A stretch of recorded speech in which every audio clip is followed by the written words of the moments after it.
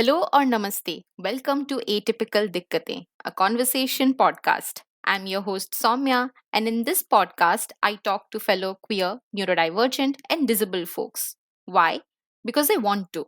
This podcast is an effort to build solidarity, queer intimacy, and a community, to feel less alone in a world where we face constant invisibilization. In this episode, I have Ayushmita Samal with me. Ayushmita is a development sector researcher, sexuality educator, MLE consultant, and policy analyst. Her expertise lies in the areas of gender and ASRHR, and her interests are diversity, equity, and inclusion, child rights, and mental health. She has worked with organizations like Jameel Poverty Action Lab, International Growth Center, and Arman. She's currently a research consultant with the Center for Budget and Governance Accountability and works on their gender portfolio. Ayushmita lives with depression, anxiety, and PTSD and identifies as queer and neurodivergent. She's a cat parent, loves gardening and cooking, although, according to her, she kills her plants and burns her food. Hey Ayushmita, welcome. Thank you for taking the time out to join me today. Hello, Soumya. It's very, very good to be here with you. Yeah, thank you so much. And just to give some background, I came in touch with Ayushmita through LinkedIn.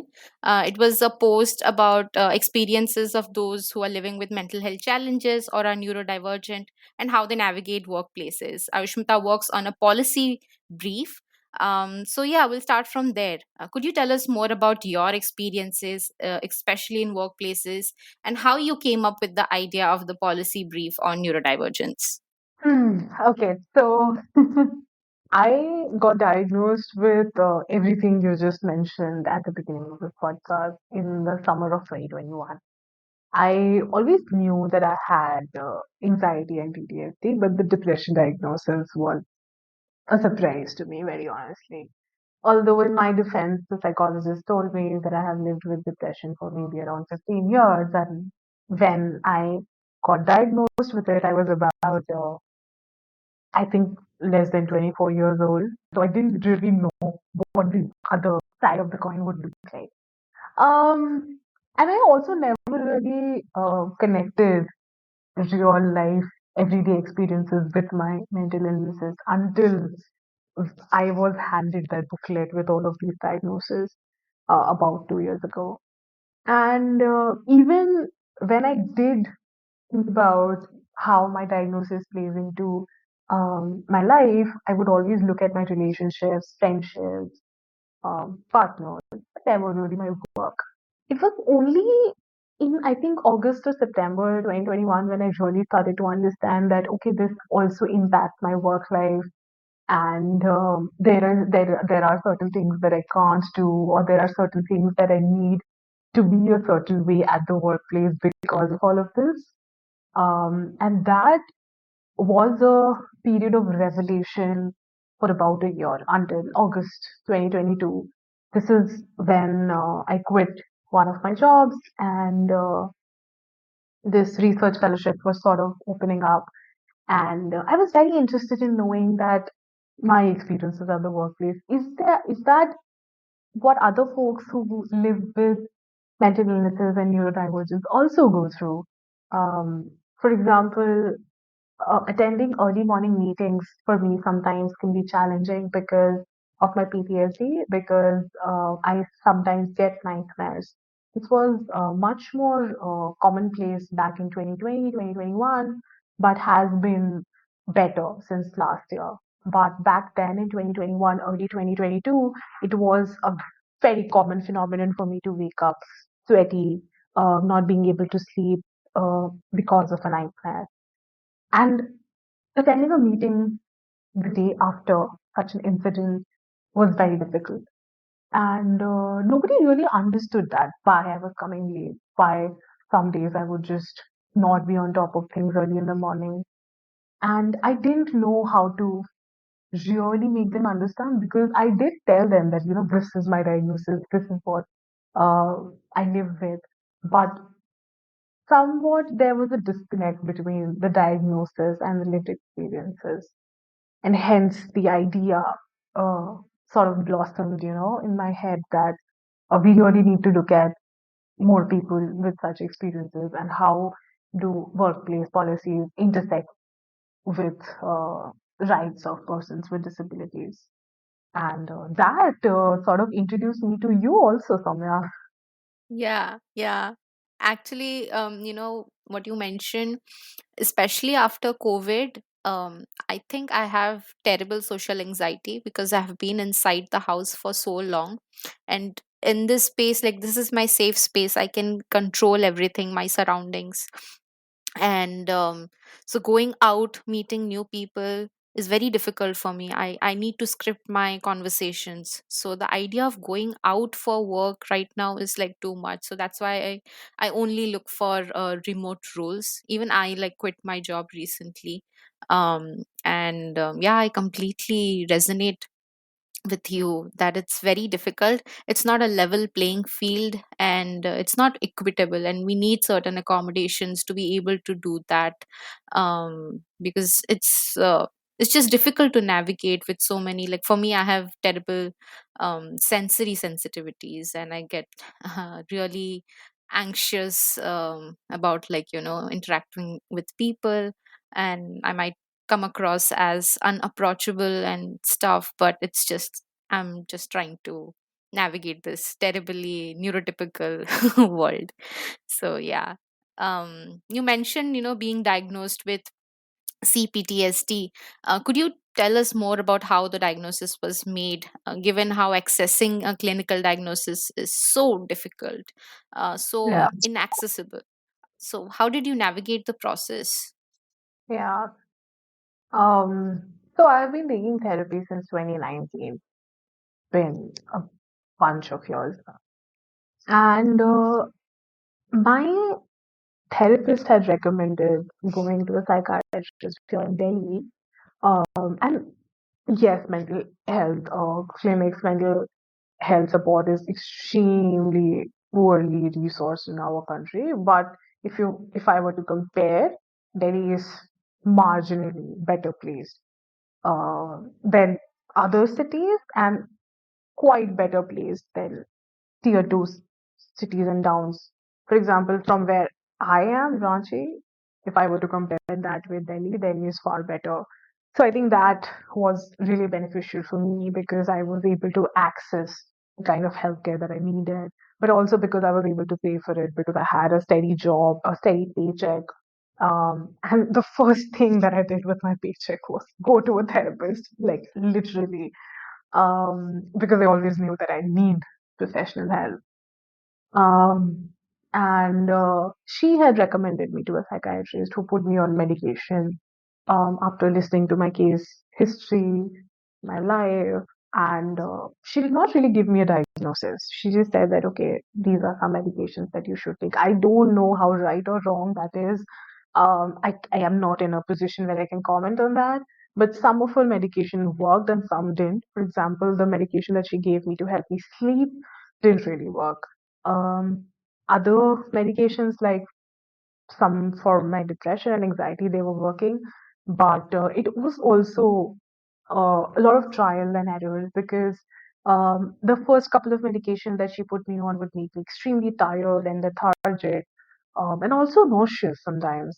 And then when I told her, she adjusted the dose. So this took a couple of months, and this was in I think early 2021 or late 2020 when this was happening. A couple of months later, I started experiencing trigger warning for this part. I started experiencing self-harm ideations, and that is when I went to her again. And although I was still going to her regularly, and that's when she asked me to, take this comprehensive test with the psychologist, which cost about 1,500 back then, or maybe 3,000. I don't remember. I really remember, but that is the range.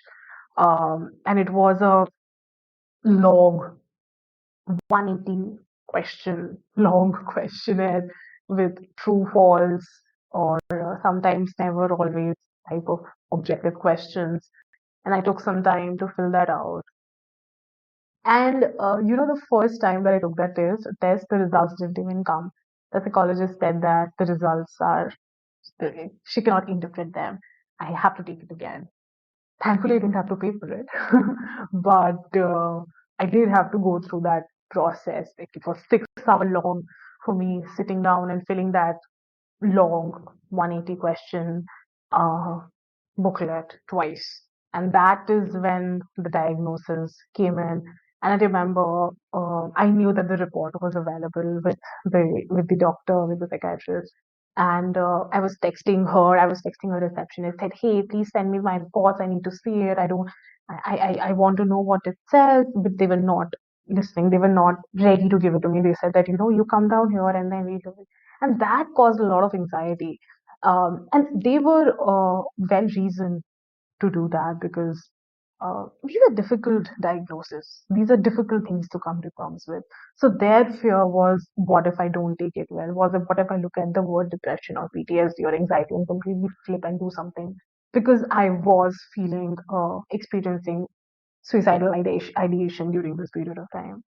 And I remember my psychiatrist telling me that, look at all of this diagnosis as a source of empowerment because now you know what this is. And that is so much better than not knowing. And back then, I didn't really believe her. But now I think I do. The fact that I know what it is, what these things are that I live with, has definitely made me feel more empowered and has definitely made me feel seen more importantly. And I can stand up and ask for my rights if they are not being met. And I do have that diagnosis to thank. And this is completely my case. For a lot of people, this a diagnosis of this kind may not work. Uh, for example, in terms of my neurodivergence, the fact that I identify as neurodivergent does not really coincide with my diagnosis. So there is a gap. But this diagnosis has also made me feel quite empowered. Yeah, it definitely makes sense, and it's the opposite for me. Like I come from Bhubaneswar, so the mental health landscape is even like it's worse over here. So I went to a psychiatrist directly when I had no idea about the mental health field, and it was in 2016. And I was, again, trigger warning, I was experiencing passive suicidal ideation. So the doctor just asked me a couple of questions, and told me, like, I have depression and anxiety, and gave me pills for that, and sleeping pills because I had trouble sleeping. And before that, I was going to a neuro specialist, and I was experiencing migraines and, again, sensory issues. So I was taking migraine pills as well. So this is how it was. I didn't even know, like, procedure exists, right, to get a proper diagnosis and everything. And it has taken me years to actually read up, research, connect with other people. And now, like, I have reached a point where I'm like, just like my gender, sexuality, nobody has the, I mean, I just don't feel it right. Like a doctor would see me for a couple of hours, and they get to decide what's it with my neurology, right? So that's why I don't use the quote unquote medical terms, but I say I'm neurodivergent. Yeah, and therapy actually helped me to navigate that, because initially my question was, should I go for a diagnosis? Should I not? I don't know, because I was so scared of the mental health landscape. But yeah, so it's like, there are some commonalities, there are also differences, and there's different way of feeling empowered. Label or no label. So yeah. um how has your experience been with mental health care professionals? What challenges have you encountered, and how do you continue to, navigate them, especially when we know the system can be like flawed? Because the research that exists, the demographic is like very narrow, and many of the demographics are not even considered in the research, and that's why the DSM or the ICD, they are limiting, right? So how has your experience been like? I think my experience has been conflicted. I think that is the right word to describe that because, for one, my first therapist who did recommend uh, the psychiatrist. to me, the one that I just spoke about, um, she was not really helping. And this is something that I realized after a couple of years. I started in 2019 and it was in 2021, after 2 years of being with her, that is when I realized that her approach is not working for me. And I had come across another therapist through the COVID-19 volunteer database. Um, I'm sure a lot of people know that there was an extensive network of volunteers working across cities and towns in India during the second COVID-19 wave in 2021. That is how I met her. That is how we first interacted because she was giving free mental health services to help people cope with loss and grief. So now I have been with her for 2 years, and she helps and works for me much more than my previous therapist did. Both are good in their own way, but it's just something that works and something that doesn't. Um, and that is also a lot to do with the kind of trauma I live with, the source of my trauma, the primary source of my trauma is something that I directly encounter with my current therapist, which has been extremely helpful, uh, weirdly.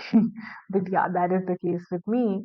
But having said that, my current therapist and my psychiatrist, although I do not go to my psychiatrist anymore, I am not on any medication right now for about 6 or 7 months, they did not agree on approaches. My current therapist does not agree with the clinical approach of mental health because of a lot of what you just said and many other things. So it has been something to navigate, the fine line between what my therapist is saying and what my psychiatrist is saying, and finding the fine balance between the two, figure out what works best for me is, I think, the primary challenge that I've faced. Thankfully, I have found therapists and psychiatrists and even the psychologists that I went to for my diagnosis. They were all queer forming people. So my bisexuality, my queerness did not really affect the process.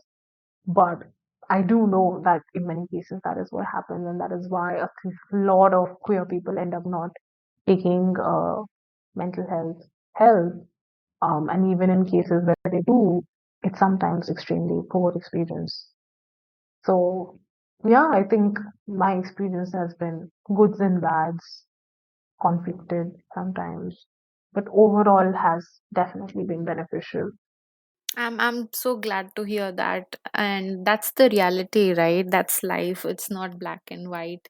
And yeah, you rightly said, I was very scared of going to a mental health professional. I was having so many meltdowns in September last year, and I just had to take it. But I was so scared because all the queerphobic ideas kind of stem from the DSM. Homosexuality was a disease. There was a time that it was considered a disease. And even now, asexuality is considered there are sexual dysfunctions. Unless the person self identifies as asexual, there are sexual dysfunctions that the doctor can diagnose you with. So yeah, it's a very very scary experience, as a queer person. And then living with mental health challenges, being neurodivergent and accessing mental health care. But I also see there's a shift with therapists, especially because they are more inclined towards the social model of disability, while doctors are kind of more they are more uh, they're more associated with the biomedical model. But there is some shift that's happening, and I'm happy to see that too. But yeah, this is also a great segue, and I wanted to ask you, could you tell us like how being a queer person on the neurodivergent spectrum has impacted impacted your workplace experiences as well as personal relationships, especially in this world which is predominantly neuronormative and heteronormative? Yeah. This is going to be interesting. Um, at the workplace in particular, I have been working in the development sector for all of my career, however long that is. And I have primarily worked on gender issues. So at least on the face of it, most organizations are feminist. Um, and I say that knowing that what things are said on paper and what is the reality are not always the same. So yeah, that is definitely there. Um, Especially in the workplace, one thing that I've definitely experienced is this assumption of heterosexuality, um, as if it's a given that every person just falls in love with the quote unquote opposite sex. And he asks questions like, do you have a boyfriend? Or when are you getting married? Or, you know, are you engaged? With this connotation that all of this has to be heterosexual is hard. It's very hard. And queer movement is rampant in our country now, but it is also not mainstream. So even organizations which work on gender issues, on feminist principles, take a very cis normative binary approach to their work, which is why I till date do not feel very comfortable talking about my like bisexuality at the workplace, especially. Um, and similarly, I don't feel very comfortable talking about my neurodivergence or my mental illnesses at the workplace very openly, unless I think that it is needed. It's something that should be out there. For example, I was talking to an organization a couple of days back, um, discussing the possibility of joining them. And I asked them if they have a work from home or hybrid policy. And I did explain why it's a necessity for me because of my mental illness. But at the same time, I did not tell them about my queerness.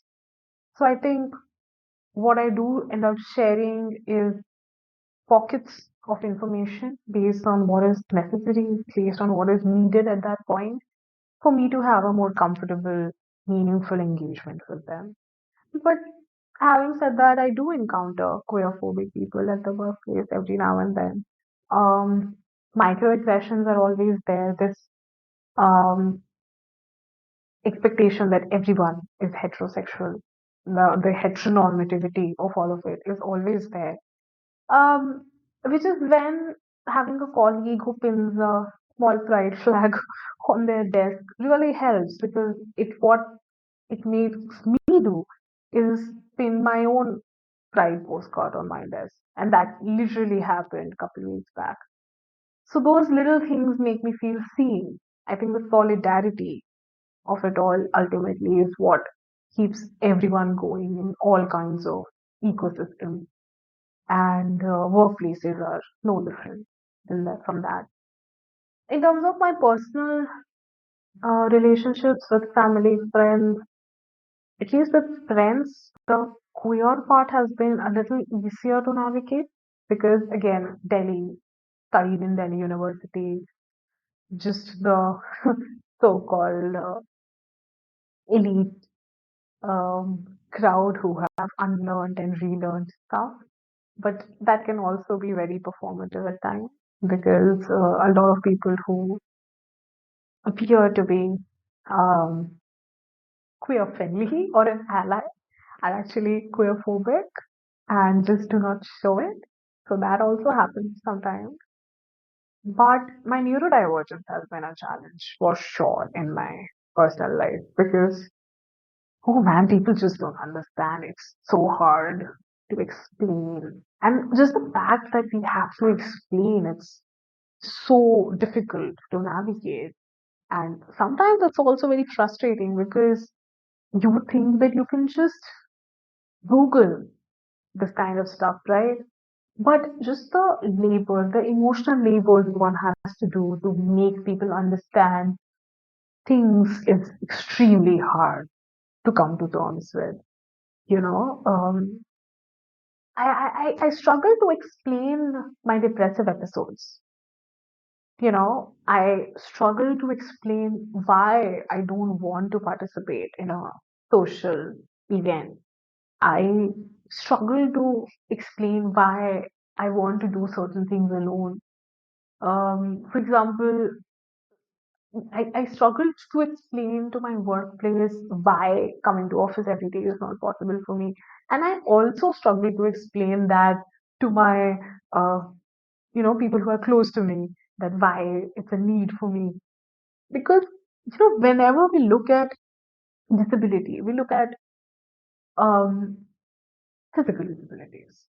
And while the entire disability community is a marginalized section, I think even within the community, there's a lot of microaggression, a lot of invisibilization of what we broadly call invisible disabilities like neurodivergence, mental illnesses, psychosocial disabilities, etc. So even when we talk about making places, situations more accommodating for people with disability, we just do not know that disability can also look like ADHD. It can also look like neurodivergence. It can also look like depression, PTSD, all of those things. I remember filling up a form for a leadership program, and I was asked if I lived with a disability, and I had said yes. And then when I was asked to give details, I told them that this is what I live with. And in the interview, that actually came up, and they said that I we didn't know that all of this counts under disability, and I said that it does. Like our law recognizes it.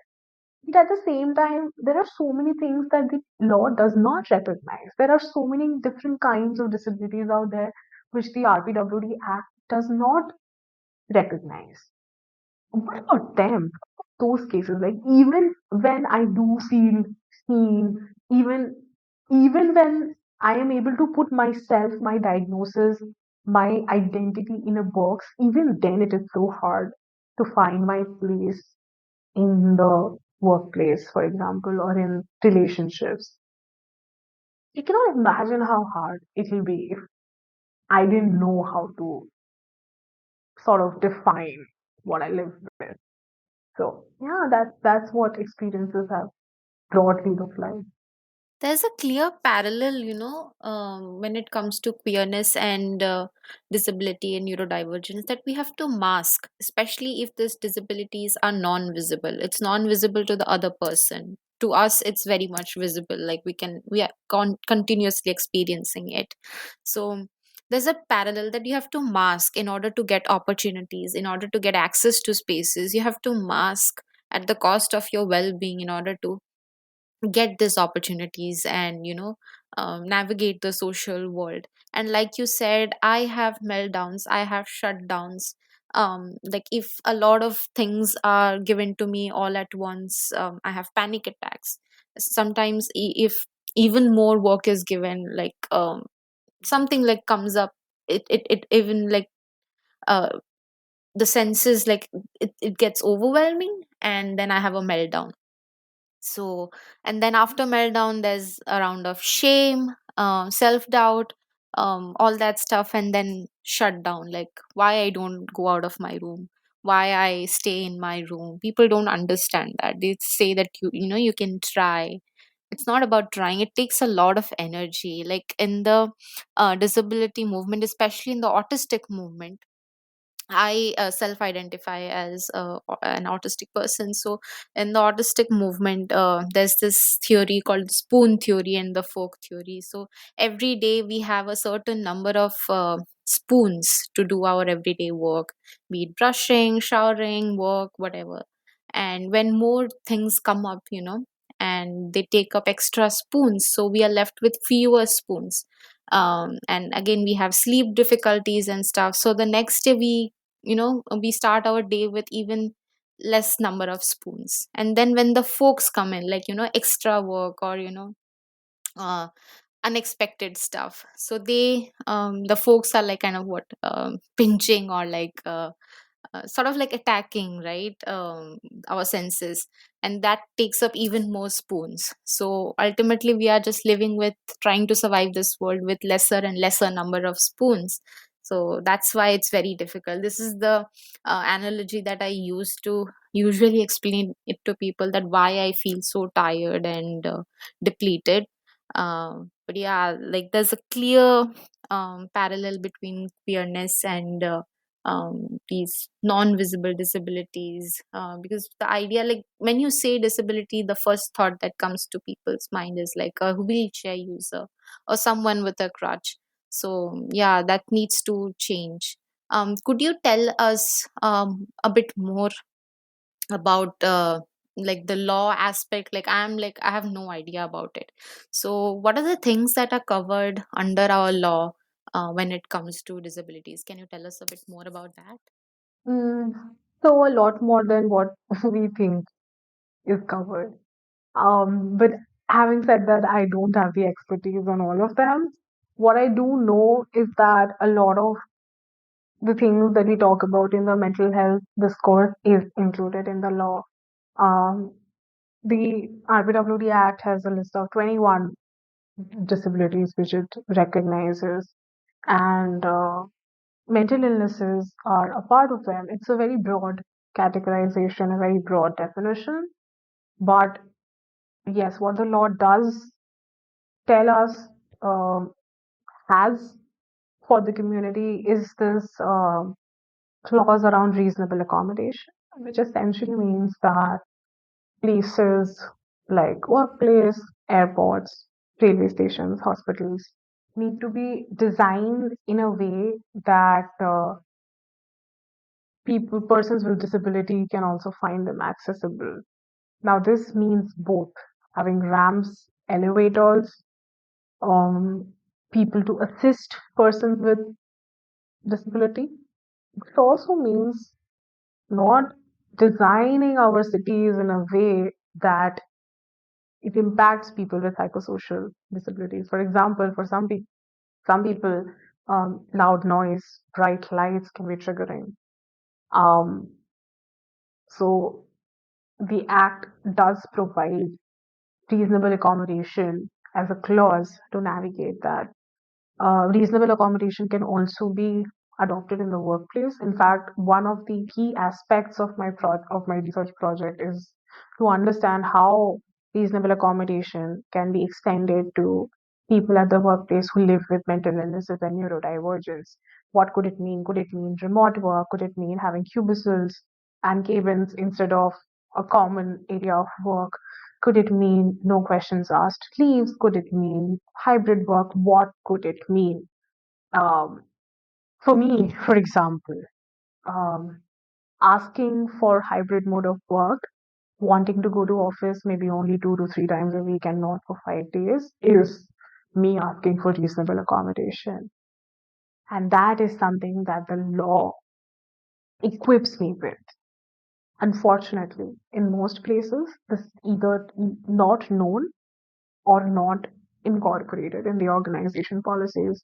Because even when we look at diversity, equity, uh, and inclusion, we only look at it from this male female binary. Or if we go a little beyond that, we look at maybe caste diversities. In India, we don't even look at gender minorities, queer people, people who don't identify as heterosexual. We don't look at persons with disabilities. Within disabilities, we do not look at people with psychosocial disabilities, mental illnesses, neurodivergence. The term persons with disability begins and ends with physical disability, even in the places where it is talked about. And even those places are very few in number, uh, even though the law has principles set out for us. It's a very sorry state of affairs where most of it is not really incorporated across ecosystem. Yeah, and speaking of, psychosocial disabilities, like when I was struggling with stuff, I had like one breakdown when I was in 11th, 12th grade. I think this was 2012 or something. Um, I couldn't write. I don't know for what reason. Even the doctors couldn't explain it, but I couldn't write, and I had to, drop that year. So that is a psychosocial disability, but there's like no understanding of, you know, like there's no medical what explanation for these things, and it's difficult to understand. And it took me years, like, to understand, okay, this is a psychosocial disability, like the psychological aspects affect us, even physically. So that took time to understand. And thank you about, sharing the information about laws, because I will go and read up more. um, because yeah, even this reasonable accommodation, it's very subjective, right? Because no individual person needs the same accommodations. You can't put these things into paper, because everybody has different needs, and even the needs fluctuate, like in the same single day, the same week, the needs can fluctuate. So how do we make it equitable for people like that, people like us? Like you said, bright lights, loud noises, I have to go with my headphones, I have to get tinted glasses and stuff, or move away from bright lights in order to access that space, or access some opportunity. So how do you even begin this conversation with organizations, even the most feminist organizations? Because there is a lack of resources, and ultimately we are still functioning within a capitalist system. So how do you even begin this conversation with them? Do you have any experience with this? Do you have any ideas? What are your thoughts? I think at least now in 2023, February, when the recording is happening, it has to be very individual approach because unfortunately we don't have that kind of movement building where we are asking for reasonable accommodation for every person with disability because that is exactly how bad things are. When you ask people to come to office 5 days a week, um, 9 to 5 or 10 to 6, 11 to 7, nobody realizes that it is ableist. And I think that is the saddest part. Nobody realizes that it is ableist. And I kid you not, even feminist organizations which work on issues like this, which take a holistic policy approach and will be working on things related to persons with disabilities. Even for them, things are so mainstream, you know. If for example, in my experience, if an organization is working with persons with disability, they look at persons with physical disabilities, their education, making sure that they have assistive devices, and all of that is extremely important. I am not disqualifying that one bit. Definition doesn't expand; it doesn't go beyond it, and it just takes one simple exercise of reading up on those 21 recognized disabilities by the law to make things better. But organizations don't do that. Which is why, in my experience, it has always been individual, bucketed, small efforts and approaches by different people. And in many cases, most cases than not, it doesn't work out. And that is the sorry state of affairs that I was talking about earlier. In most organizations, if one person was to ask for remote work, it will be declined on the basis of organization wide policies unless you are somebody who is extremely important to an organization, which unfortunately in our country most people are not, given the quantum of population that we have in India and just the number of people who are fighting for a single job. So the quality of life is extremely poor, and this is across sectors, across ecosystem. Uh, the price, the value that we associate with human resource in our country is very poor, which is why you are dispensable. If you are somebody who asks for remote work options, they will look for somebody who will not. and probably work for a lesser pay than you. Which is why it's very hard to navigate situations like this. First, you have to make yourself indispensable in order to even ask for those things. You have to sell yourself. You have to literally put a price tag on yourself in this capitalist scenario that this is what I'm bringing to your organization and this is what I need from you in return, which is reasonable accommodation. And in many cases, it's not something that we end up getting right now, which is why the effort has to be sustained. There needs to be a movement around it. There needs to be advocacy and campaign around it. That we need leaders to take this to the mainstream and talk about it more and more because and I view it as something like the period leave policy that a lot of organizations are doing right now, and that took a lot of discourse, a lot of communication, a lot of you know advocates, social workers, feminist groups coming up, talking about their personal experiences, asking for it. That is how some organizations are now providing menstrual leaves to their employees. This is something that needs to happen for reasonable accommodation at the workplace as well. With the thought that it is broad, it will look different, and it needs a certain mind shift change to work. And right now, in my experience, all of it is happening at a very individual level, one person asking for things that they need rather than an entire movement moving around it. Yeah, and then like you said, no, if like it's a hypothetical situation in the system that we are working in, if there's a disabled person and there's a able-bodied person, the preference will always be given to the able-bodied person because I move in crib time, right? I move in crib space and time, and I need that space in order to function. That is the accommodation that I need to make things equitable for me. And given that the whole system is kind of entrenched in ableism, like these are institutional things, right? Systems, just like patriarchy, so it's very difficult to come out of it, and ultimately like some other candidate will be given more preference. So this is something that really angers me. No matter what organizations say, like they are equal opportunity providers and everything, um, like if I have a meltdown and I'm unable to do something, it will ultimately come and bite me later on. And this is something that happens all the time, right? Like that's how the system is. So yeah, that really is something which angers me. And you also mentioned that it's very binary, right?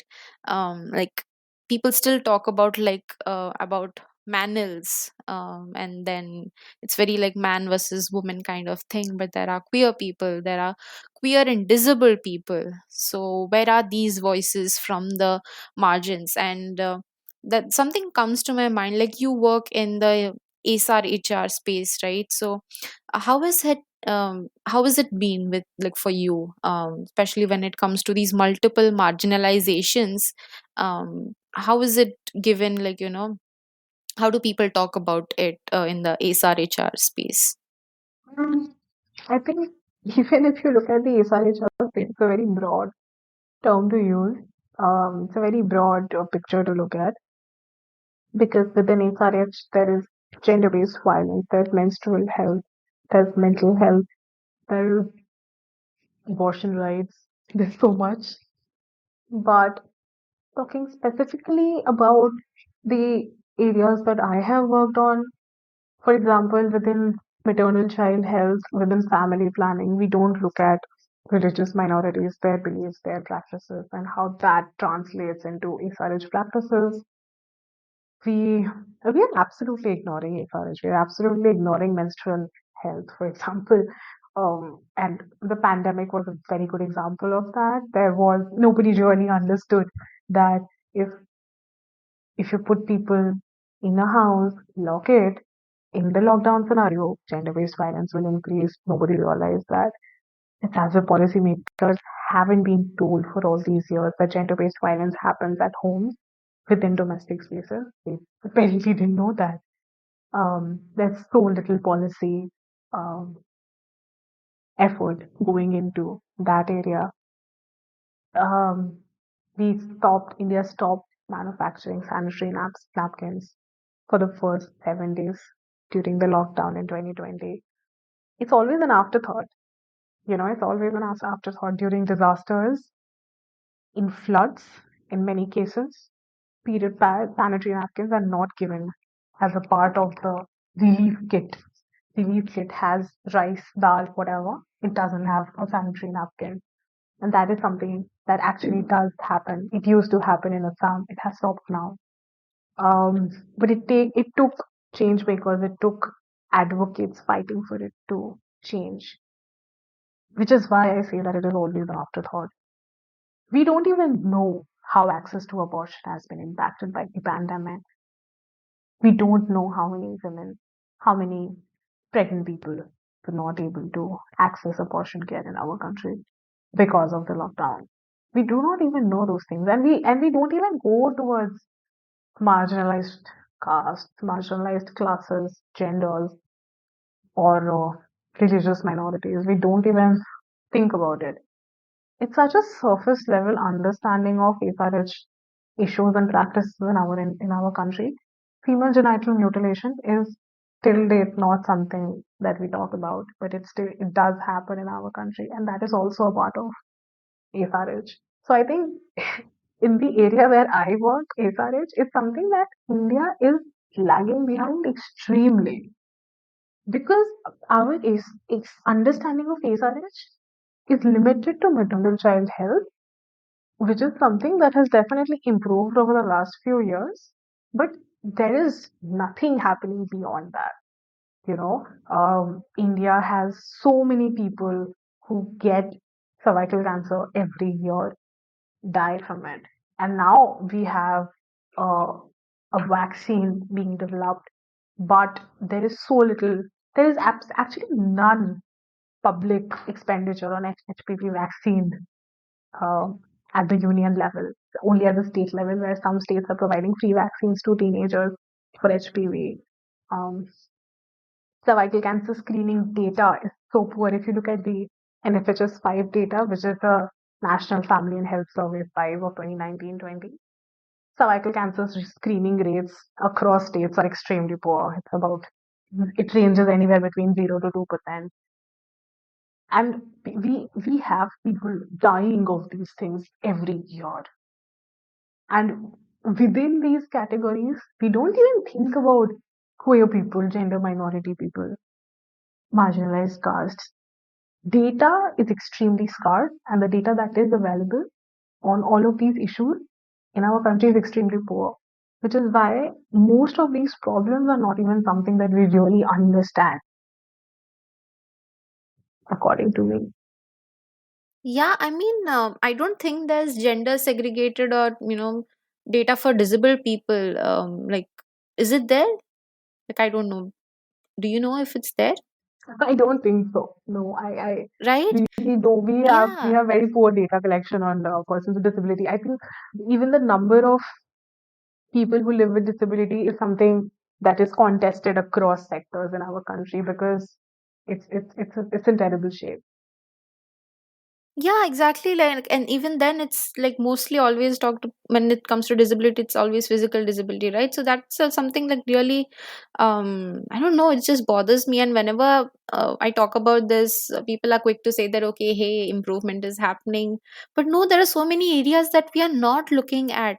मतलब थोड़ा थोड़ा नहीं चलेगा. We need all of these things. I need all of these things. So what can we do to achieve that? So that's something that really angers me, to be very honest. I wanted to ask you one last question. You have shared so much about your experiences, like personally at workplace. So these topics are sensitive, and then we also live with these things. So long-term exposure to trauma kind of like alters our brain chemistry. Since diagnosis, what has changed in the context of your personal relationships or how you navigate work? So how has it been different for you? I think what my diagnosis has done for me at work has made me more cognizant of what are the different challenges that I face and I might face, which is why I try to keep communication channels extremely open and devoid of, uh, you know, I try to not keep them in the abstract. I think let's put it that way. I try to tell people that listen, this is what is up. If there's something happening, I just call them up and I tell them very honestly that listen, this is a bad day and all of this has happened. In many cases, it works out. In many cases, they understand. They see where I'm coming from, where the issue is coming from. They understand. In some cases, they don't. And that is when I know that this is not the kind of organization, people that I want to work with. So it has definitely narrowed the pool for me because if an organization, for example, is not budging on the time for an interview, if they just tell you that, hey, the interview is tomorrow at 12 p.m., and you tell them that you have a prior commitment and they are informing you of the interview time only a day in advance and it's not something that you will be able to do and they are not accommodating of that, you know that that's not the kind of organization you will be comfortable working with. That's going to be detrimental for your mental health. And that is something that I've begun to realize in the last couple of years since my diagnosis. In terms of relationships, it has been hard. It's definitely been hard because things are not so clinical in relationships. Something that can be done at the workplace to an extent, although I take my work too personally, but relationships by definition are emotional. There are a lot of feelings associated with it, not only yours. So it has definitely been a challenge because you don't know where to talk about it, how to talk about it, whom to tell about all of this. Um, this one time when I had told a couple of my cousins about my mental illnesses, it had backfired because the entire episode sort of spread into my entire family like wildfire. And people started recommending my mother to do some sort of puja with red hibiscus flowers. And I'm not exaggerating at all. So that made me realize that okay, I cannot talk about this with my family, with my extended family, and I can't talk about it with my immediate family, very honestly. So that has definitely been a challenge. Relationships can also be challenging because for a lot of people who live with the mental illnesses that I live with, things are either too positive or too negative, which can definitely be a very difficult to navigate position situation in a romantic relationship because things are usually not black or white. So that took some time to register in my brain. That has definitely been something which was difficult to navigate. Um, Apart from that, moods, why something is happening, why I react to certain situations that I do, why things are more a little unbalanced for me emotionally sometimes, are all things which are hard to explain in relationships. They still are. And I think these are things that need a lot of work, a lot of effort, and it takes real intention to navigate these situations, especially when it's something that is happening to a loved one and not to yourself. Because if I live in a body which is disabled in any manner, physically, emotionally, psychologically, whatever, that's the reality that I live with, and I have to navigate that situation, come what may. But that is not the case with other people. They always have the option to not want to deal with it. In that case, it's it can be challenging because yes, I have had partners sort of cut ties with me because of my mental illness. That has happened in the past. So I wouldn't say that it's an easy situation to be in. But again, I think the one philosophy which works both in personal relationships and at the workplace as well, is that if they are not sticking around, if they are not understanding things and protesting against your needs, then that's not a situation that person deserves to be in. I deserve better. Everyone in my position deserves better. So yeah, that's what the overall experience has looked like. That's something that took time for me to, accept. Like, even if the brain understands, it's very difficult to explain it to your heart, right? So, that's something that I have come to expect. Like, there are needs that I can't compromise with because they are my needs. I need those things to function, to survive. So, communication, intentional communication, knowing that, we are on the same team and not against each other. We are not trying to prove someone is right, someone is wrong. That kind of intentionality and honesty is required for me in order to be in order to function in this world, basically, because it's very difficult with communication. There are so many subtexts, hidden social cues when it comes to navigating the neurotypical world, and that doesn't make sense to me. Like, I'll take you literally, whatever you say, your words. But then people sometimes, like most of the times, they don't say what they mean, or like, um, they have some other intentions, and it's just not clear to me, so it ends up being like a disaster for me in the end. So yeah, that is something, like you said, if someone is protesting against my needs, then I don't need to be in that space. I deserve better, everyone deserves better. So yeah, thank you for that.